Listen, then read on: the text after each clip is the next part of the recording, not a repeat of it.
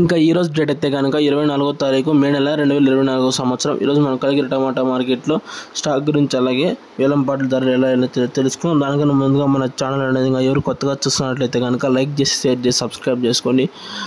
కొందరు తెలిసి ఉంటుంది, కొందరు తెలిసి ఉండకపోవచ్చు. కలిగిరి టమాటా మార్కెట్లో ఎన్ని గంటలకు వేలంపాట్లు ప్రారంభమవుతాయని కొందరు తెలుస్తాయి, కొందరు తెలియదు. ఇప్పుడు చెప్తా చూసుకోండి.